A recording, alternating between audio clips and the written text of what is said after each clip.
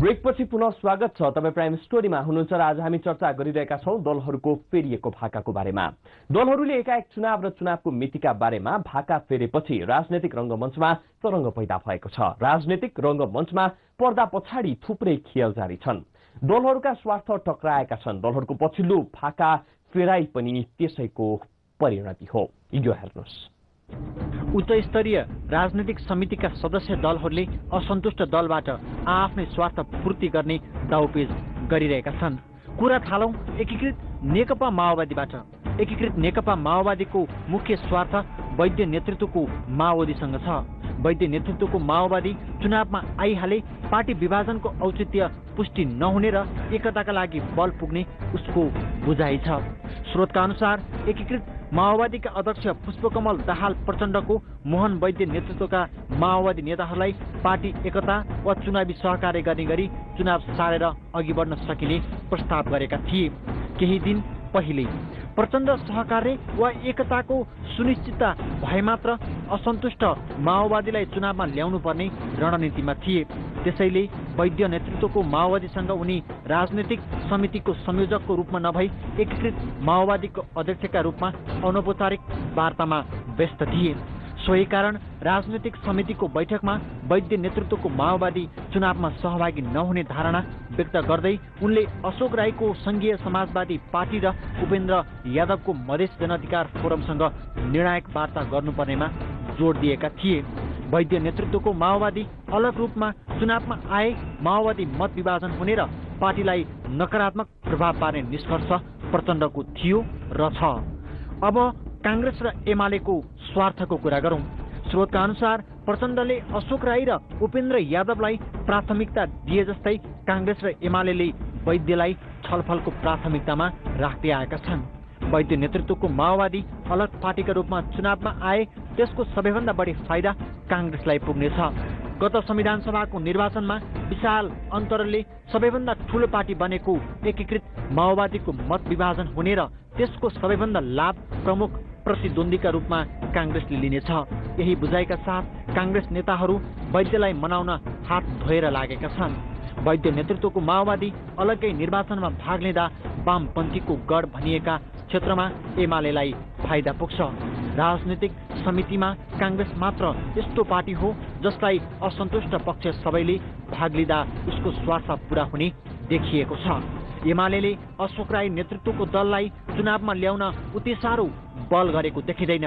उपाध्यक्ष राईले पार्टीभित्रका जनजाति आदिवासी र मधेसी नेतालाई साथ लिएर पार्टी निर्माण गरेकाले सो पार्टी निर्वाचनमा जाँदा आफूलाई बेफाइदा हुने एमालेको भित्री निष्कर्ष रहेको देखिएको छ। तीन दलको मात्रै होइन मधेसी मोर्चाको पनि स्वार्थ असन्तुष्ट पक्षसँग जोडिएको छ। उसको निशाना उपेन्द्र यादव नेतृत्वको फोरम हो। फोरम नेपाल मधेस राजनीतिमा सबैभन्दा स्थापित क्षेत्रीय पार्टी हो। पार्टी विभाजन हुँदा समेत अन्य घटकले फोरम शब्द त्याग्न नसक्नु यसप्रतिको मनोविज्ञान हो।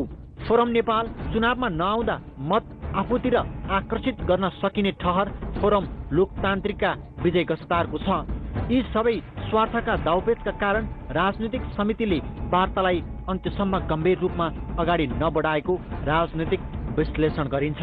वार्ता उहाँहरूका निम्ति नाटक हो, तर हामी 33 दलीय मोर्चा भनेर जो परिषद छौँ आन्दोलनकारी राष्ट्रिय स्वाधीनता र जनताको मुक्तिलाई केन्द्रमा राख्ने हाम्रो निम्ति चाहिँ वार्ता चाहिँ एउटा निकास निष्कर्ष भन्ने हो।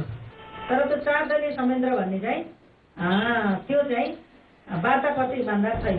अर्कोतर्फ वैद्य नेतृत्वको माओवादी अक्करमा फलेको फर्सीको अवस्थामा पुगेको छ। न त विद्रोहको बाटो तत्काल समात्न सकिने न त असम्बोधित रूपमा चुनावमा सहभागी हुन सकिने। सांगठनिक विस्तारको अभियानमा रहेको माओवादीलाई आफ्ना एजेन्डालाई स्थापित गर्दै तथा संगठन विस्तार गर्दै चुनावमा सहभागी हुनुको विकल्प छैन। त्यसैले ऊ निर्णायक मोडमा चुनाव धकेल्ने सूत्रसहित उपस्थित भएको राजनीतिक वृत्तमा चर्चा छ। अशोक राईको समाजवादी दल र उपेन्द्र यादवको फोरमका लागि चुनाव नै आफ्नो साख बचाउने उपयुक्त थलो हो भन्नेमा धेरैको एकमत देखिन्छ। तर उनीहरू मूलधारको राजनीतिबाट पाखा लागेको मनोविज्ञानमा जान तयार छैनन्। आफ्ना मागलाई चुनावी एजेन्डाका रूपमा स्थापित गर्ने उनीहरूको रणनीति हो। यथास्थितिमा चुनावमा भाग लिँदै लिनौ भन्ने, दल चुनावका लागि सकारात्मक हुनु तथा ज्यान गए पनि चुनाव सार्न सकिँदैन भन्ने दलले चुनाव सार्ने प्रस्ताव गर्नु अनौठो संयोग हो या सबैको स्वार्थ सिद्धि भएको अवस्था, यसै भन्न सकिँदैन। तर एकाएक ताजो पाँजो मिले जस्तो देखिनुलाई कतिपयले रिमोटको चमत्कारका रूपमा समेत अर्थ्याउन थालेका छन्। चुनाव सार्ने विषयमा दलहरूले मात्र आफ्नो स्वार्थ नापतौल गरिरहेका छैनन्। मन्त्री परिषदका अध्यक्ष पनि पक्कै नापतौलमा होलान्। आफ्नै नेतृत्वमा चुनाव गर्ने मन्त्री परिषद अध्यक्ष रेग्मीको दृढतालाई शंका गर्न नसकिएला, तर मंगिरको चुनावी मितिका बारे भने आशंका गर्ने ठाउँ पक्कै छ।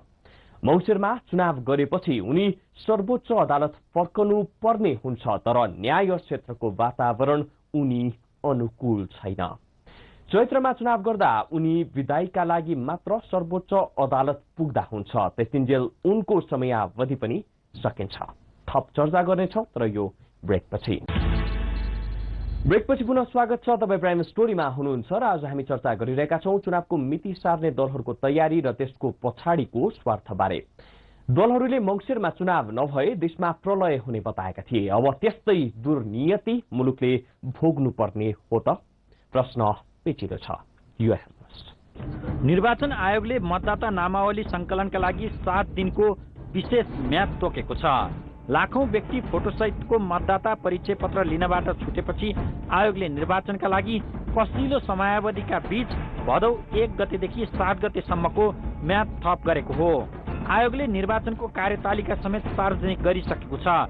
उसले भदौ पहिलो हप्ताभित्र दलहरूले निर्वाचनका बारे अन्तिम निर्णय नगरे मंगिरको निर्वाचन स्वतः प्रभावित हुने चुनौतीपूर्ण अवस्था यसअघि नै जाहेर गरिसकेको छ। दलहरूले भन्ने गरेको निर्णायक वार्ता अन्तिम अवस्थामा मात्र सुरु भएको छ। वार्ताको सुरु नै निर्वाचन सार्ने प्रस्तावबाट भएकाले मंगिर 4 को निर्वाचन वार्ताका बीच प्रभावित हुने सम्भावना बढेको छ। मंगिर 4 मा निर्वाचन नहुने दिशातिर अगाडि बढेको छ। अब त्यसलाई राष्ट्रिय सहमति, राजनीतिक पार्टीहरूको बीचमा राष्ट्रिय सहमतिले के निर्णय गर्छ त्यो निर्णय अनुसार यो राष्ट्र अगाडि बढ्छ।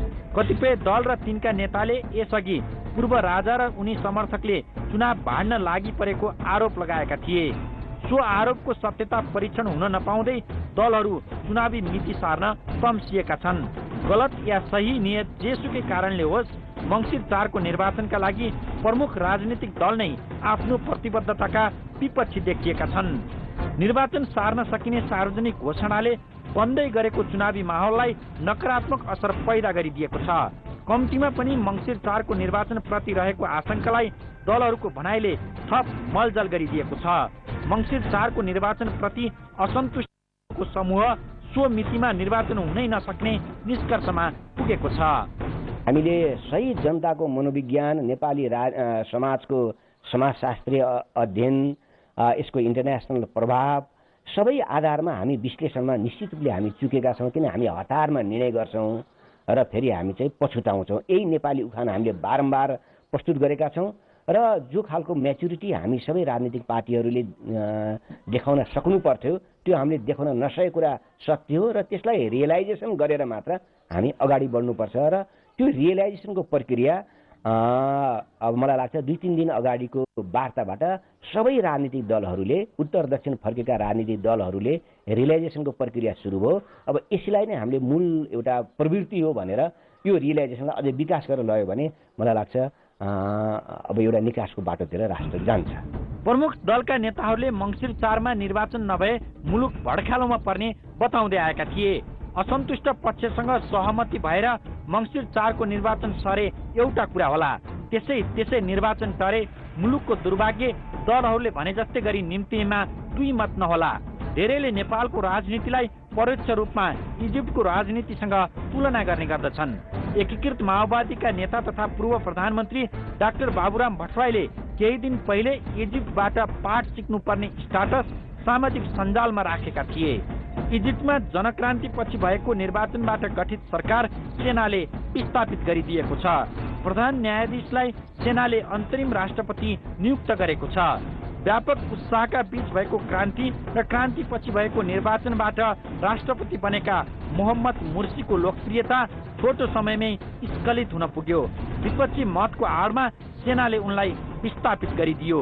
भीमकाय सशस्त्र सङ्घर्ष र जनआन्दोलनबाट शक्तिमा आएका वा फर्केका नेपाली नेताको कद पनि दिन प्रतिदिन होचो हुँदै गएको बताइन्छ। यिनीहरू आफैलाई सिंहदरबारबाट विस्थापित गर्दै प्रधान न्यायाधीशलाई सरकारको नेतृत्व सुम्पेका थिए। कतिपय विश्लेषकका आँखामा स्वैच्छिक कुमा परेका दलका लागि चुनाव सार्नु वा टार्नु दुवै प्रतिउत्पादक हुन सक्छ। राष्ट्रका सामु प्रधान न्यायाधीशलाई सरकार प्रमुखको जिम्मा लगाउने विकल्प समेत अहिले बाँकी छैन, किनकि यो विकल्प प्रयोग भइसकेको अवस्था छ।